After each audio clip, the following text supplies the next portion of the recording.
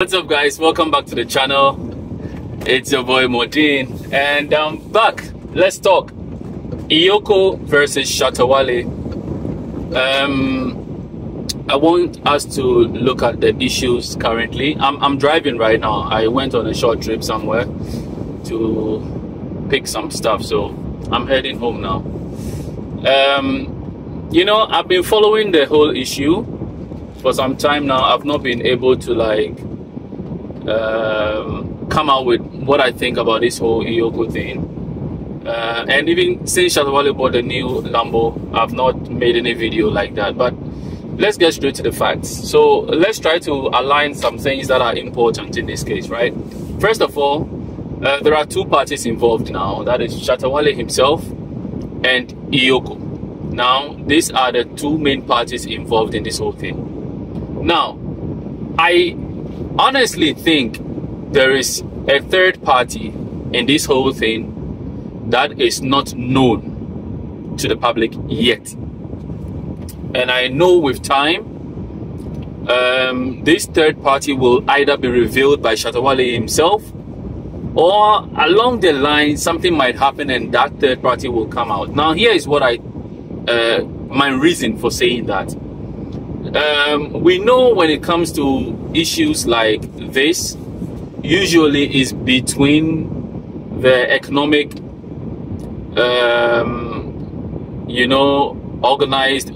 economic and organized crime office and the person being targeted. In this case, Shatta Wale, right? This is where I find a few things difficult to understand. We know there is massive hatred for Shatta Wale across the media circles, right?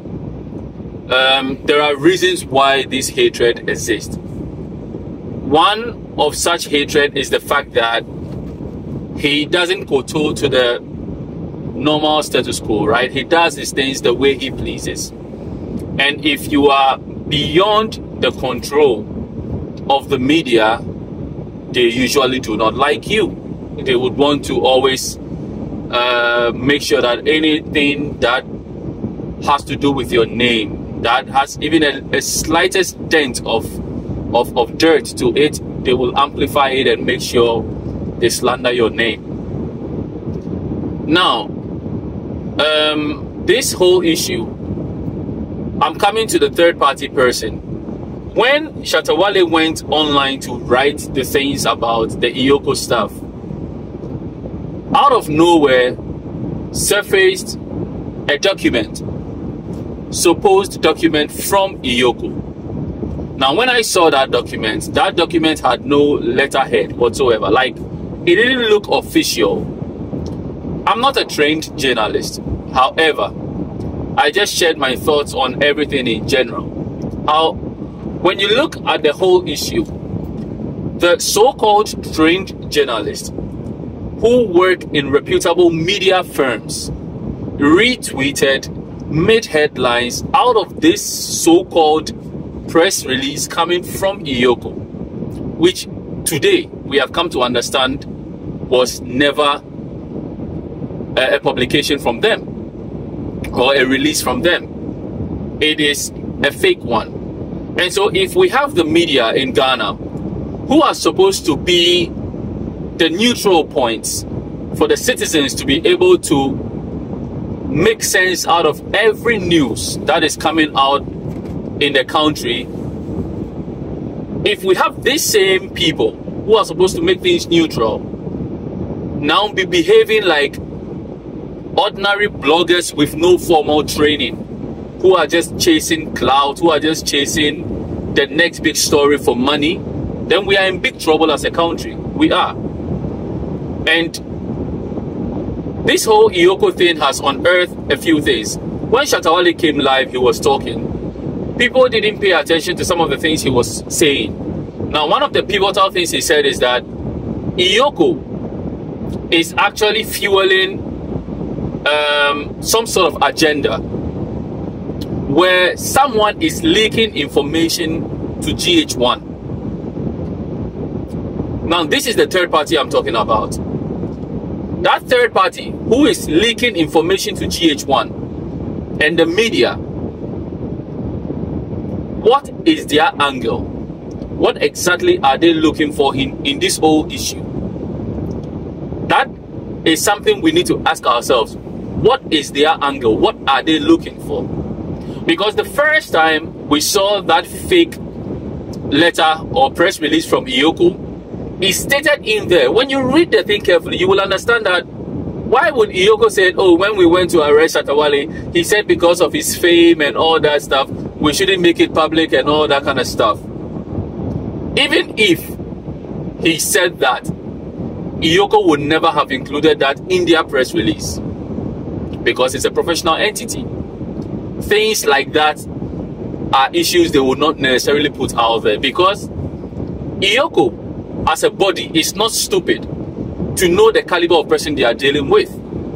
Now, Shatta Wale is a big artist. Shatta Wale is not just an artist, but someone with influence when it comes to the Ghanaian music terrain. Shatta has massive influence, and we can see that. Now that Shatta Wale has been detained, we see how people have gathered at the Iyoko office, chanting free Shatta Wale and dancing to his tunes. Now, Shatta has a lot of music, a lot of tunes that can be played the whole day and nothing will happen. It will not even get finished. Shatta Wale songs are so massive that they can play back to back to back to back to back, excluding features, and it will even exhaust the whole day and there will still be some more songs. But let's not deviate from the topic. I want us to look at a few things. When you look at the first publication that came out, it stated that Shatta Wale bought a car or owns this car that is supposedly having ties to do with someone from America, some Nuama or something like that. But in that same vein, they mentioned that Shatta Wale didn't want the whole thing public, and so he said he's a big artist and all, so they shouldn't let his whole thing come because of the way he parades himself here and there. This accompanied by some news outlets that were sending information out there that Shatta Wale's car was seized because it's a stolen car. My question is, why is it that when it comes to when anything has to do with Shatta Wale, common sense leaves the chat, common sense leaves the communication, common sense refuses to exist anymore when it comes to Shatta Wale in Ghana? You see, a lot of people will say, you guys are always supporting Shatta Wale, you guys are kissing his ass and all that kind of stuff. I am a very independent person, and Shatta Wale cannot buy me. However, when I see the truth and I see someone trying to dance around the truth, at least I am human enough to know what is happening. And so if someone who has formal education, who has been trained around communication, because journalism centers around communication, and you have information, something that is so-called alleged, you are not sure of the details of the whole conversation here and there, why jump and start giving false narrative that this so and so person have gone to buy a stolen vehicle just to put a dent on his name? Now, just yesterday, today is 21st, so yesterday I'm referencing 20th, right? Just yesterday, something funny happened. When it was announced that Shatta Wale had been detained by Iyoko, some reputable, so-called reputable, now I don't even know if that name, that term, reputable, suits those media houses, GH1, Joy News. I doubt. Because when you look at it critically, you will come to understand that they did not make any checks anywhere.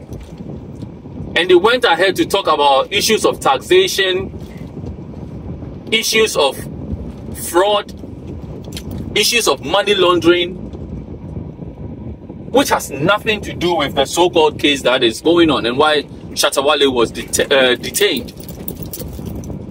Now, you have Shatta Wale's management in the person of Sammy Barflex, whose official number is public, where anyone can actually call and ascertain information if they so wish, with no hindrance whatsoever. However, we have the media in Ghana who chooses never to even make use of some of these connections and get the needed information, so that the public out there will leave this whole false narrative. Let me bring you out a little bit. I spoke with someone I know who is highly educated in the medical field, and this person called me one day to just say, that was about 2 weeks ago, hey, your friend, you're always supporting Shatta Wale, your friend, I hear he has stolen a car. And this is an educated person, so I stopped and I asked, Shatta Wale will never steal a car. Shatta Wale will never buy a stolen car. However, what exactly did you hear? After listening to her, I got to understand that she actually knew the story, that it is Shatta Wale is being investigated because someone bought the car from fraud proceeds, and there is a murder case also surrounding the whole issue, and that is the reason why Shatta Wale was apprehended, or the car was seized, right? And so my question to her was, you knew this, yet you called me to tell me I support someone who has gone to buy a stolen car. So it dawned on me that, you know, this whole reputation damage is not even something that those who are discerning enough can run away from. Because anyone you come across, when you repeat something continuously, it becomes the truth. So you have to say, let's say we all know color pink to be pink, right? But if color pink over the years is repeatedly called green, it will become green. And that is where we are as a country, where the media, who are supposed to stay neutral, have an entirely different angle to issues pertaining the public, education, and we don't even know where they are headed. And so, are you going to blame the citizens for getting some information and facts wrong? Let's come to the press release from today. Shatta Wale was detained. Shatta Wale has been given bail in the sum of 10 million Ghana cedi with 2 sureties. And in there, in the communication, they said Shatta Wale said, they quoted that Shatta Wale, in a public outburst or a public speech or whatsoever, revealed that he bought the car for $150,000. Now, this tells me something, that Iyoko doesn't even know much, or they know but they don't have enough evidence on Shatta Wale, and so they are using his own public rants against him from that statement they made. Now, in the same vein, they stated that Shatta Wale said he bought the car from the street, and the person he bought the car from was one Zach, and doesn't know any Zach. It was just transactional, the number and everything. He can't pinpoint anything as such, and so currently it's difficult for him to trace him. So since it's difficult for him to trace it, here's the thing. This thing, a lot of people will say, yeah, how can you tell me this story? You see, a lot of us go online and we buy things. Even the cars that a lot of us drive in Ghana, you buy stuff and you don't know the people again. And so if not for the fact that the owner of the car has registered the car and the details are stated on the car documents, a lot of us buy cars in town and you don't even know who sold it for you. Unless, of course, you bought it from a dealership where you can say, I went into this car dealership and I bought the car. But there are a lot of us who go out on the street, buy iPhones today. We can stop a lot of people on the streets of Ghana and say, where did you get your iPhone? Where did you get your Google Pixel? Where did you get your Samsung? And they can't show you where they got it from, because on the streets, people handle a lot of business on the streets. Now, a lot of these media folks who will be tagging and mocking and making mockery of all this street vibe with the car, a lot of them go to Circle and they buy laptops and they buy cars and they can't even trace where they got it from. But then again, it is Shatta Wale. When Shatta Wale is in the news, common sense always leaves the chat. It is non-existent. And I want us to look at something critically. Shatta Wale is from the street. And let's just assume he knows who he bought the car from and everything else. He is right to withhold information to a certain degree, because one, he's from the street. There are street codes. You don't snitch. But then on the flip side, let's go back to Shatta Wale's live video he did.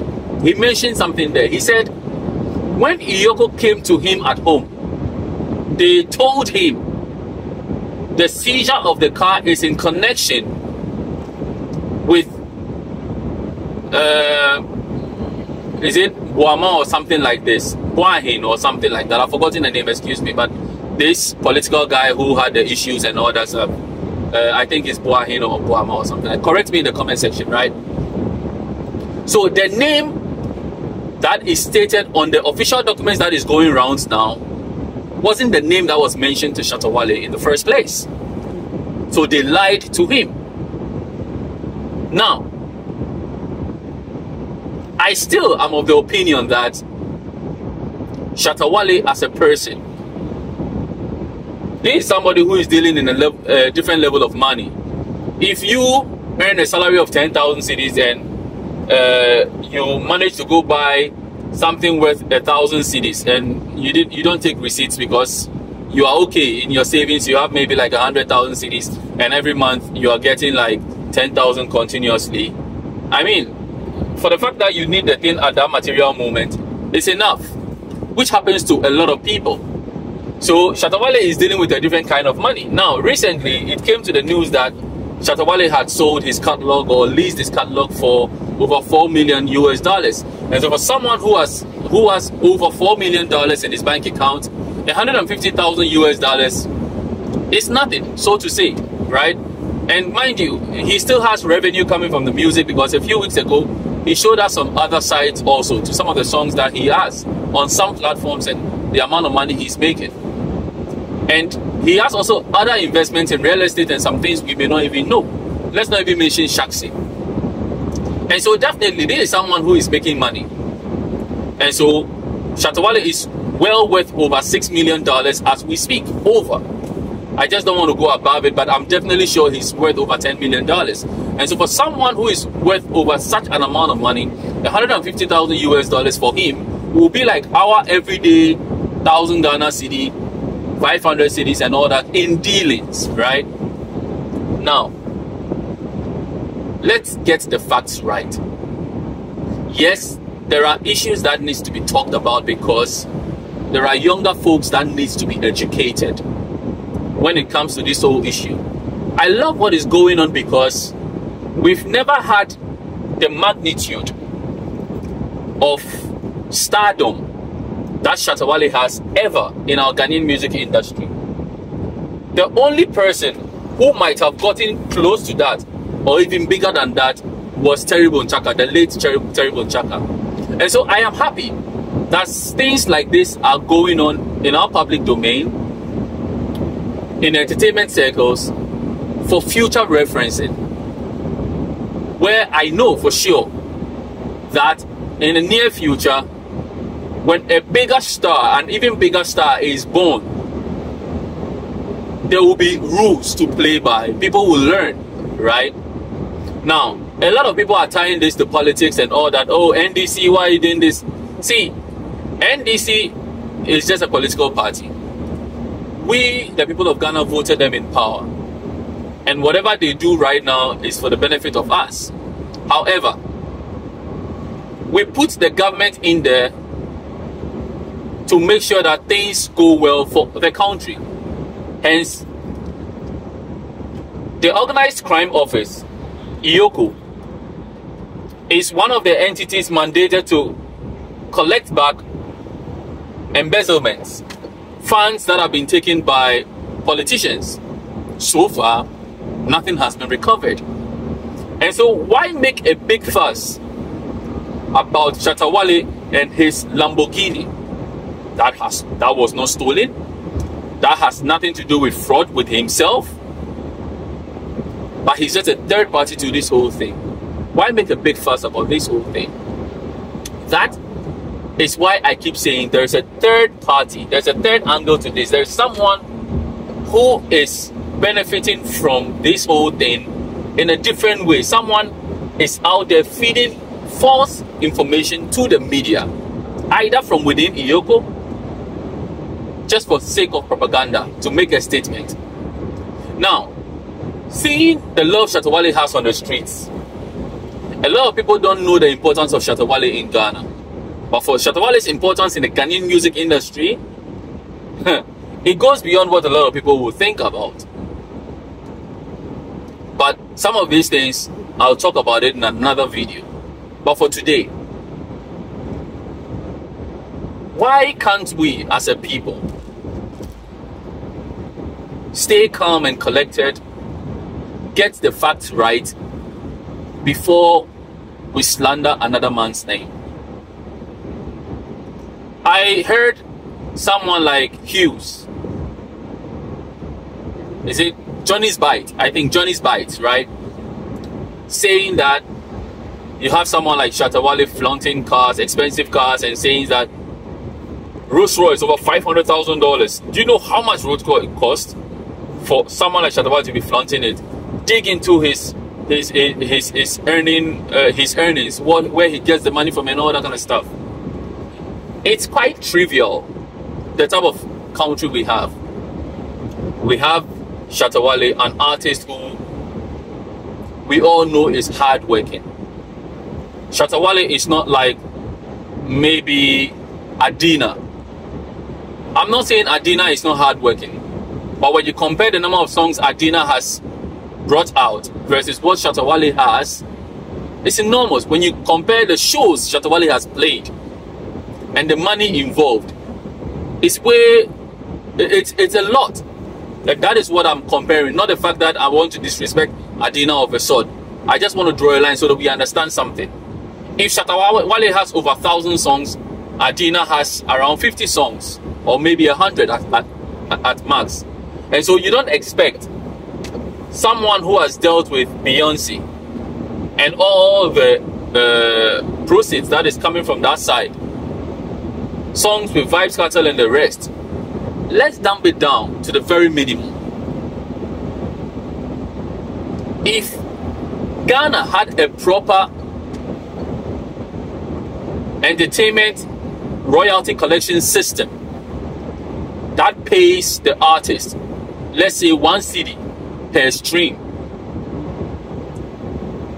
or per song played on radio, and let's say out of this same money the government takes 50%, so they take 50 pesos and then the artist keeps 50 pesos. Basically, if a song gets 1 million views, which equates to 1 million Ghana cedi, it means government takes 500,000 cedis, the artist keeps 500,000 cedis. Now, take Shatta Wale's career and the number of streams that Shatta Wale has. Shatta Wale has well over 500 million streams. And so if we go by the same way, 500 million Ghana cedi, the government taking 250 million cedis, and Shatta Wale is left with 250 million cedis, you want to tell me that Shatta Wale cannot use 5 million Ghana cedis to buy Rolls Royce? Is that what is being said right now. Now, let's even bring it down, because we don't have a royalty system in Ghana that pays Ghanaian artists like that. So let's go back to the YouTube. Let's go back to all the other platforms. Let's just say, when you subtract all the profits the other streaming platforms make off the musicians and all the taxes and all those things, a musician gets around 10 cents per stream. And bringing that to that of Ghana cedis, with the current dollar rate, then it means that 10 cents will be multiplied by 10 as well, right? And then we can now look at the numbers again. We can now look at the numbers again. And so sometimes it is important to put out correct information so that people can learn. But when your drive is pure hate, when common sense leaves the chat, and now the facts are laid on the table, you will look stupid. You will look stupid. You can't bring down someone who is favored by God, or someone who is doing the right things. Shatta Wale has difficulties psychologically, and a lot of things, because he suffered a broken home. Let's not forget that. Yet this young man made something out of his life. A situation where many in Ghana are not able to come out of. We have a lot of people from broken homes who end up on the streets, becoming thieves, armed robbers, and all that kind of stuff. And we have people who are still stuck on the streets, who are never even able to get out of it, to educate themselves and get out of it. So you have someone like Shatta Wale who is using his life story to motivate the youth. And you think he's the right person to target? No one is saying Shatta Wale is above the law. He is never above the law. But truth be told, there is a way you go about it. Why will Iyoko keep quiet when misinformation is making the rounds? When they know they have not issued such press release. I mean the first press release, not the second one that just came today. And so when you're quiet, knowing that there are falsehood being preached out there about someone you've detained or someone you've seized a particular property from, wouldn't it be prudent enough for you to come out to clear the air and say and put facts right? But you never did that. You would rather wait to run his name in the mud. And once he loses money, because this is his product, he's an artist,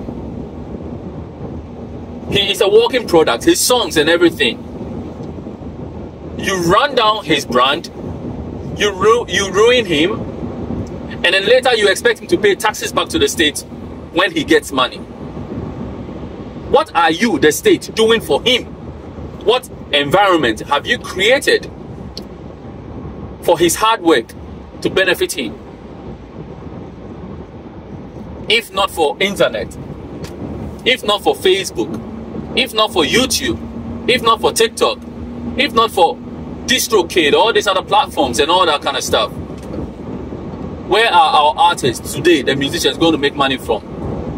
When cassette is no longer a question, when CDs are no longer in contention. Food for thought. Let's think about these things. And for those of you who will always come to the comment section and be crying wolf, all I ask is, if this had happened to you, I know you would want people to actually take their time and look at the facts. All I'm also asking is that you treat people how you want to be treated. And Shatta Wale is someone else's father. Shatta Wale is someone's brother. Shatta Wale is someone's son, someone's uncle, someone's cousin, someone's CEO, someone's boss, someone's godfather, someone's hero. A hero for the streets. And so when you're talking about him, be careful, especially if you don't know the facts readily at hand. Do not be quick to judge. Do not be quick to chastise. Rather, gather information before you pass any judgment. Because when the truth comes out, whoever is peddling lies and all that stuff, it will definitely bounce in your face. My name is MORDIN, and as you always know on this channel, it's always about positivity. Let's see how the story unfolds, and I'll always bring you my 2 cents. Peace.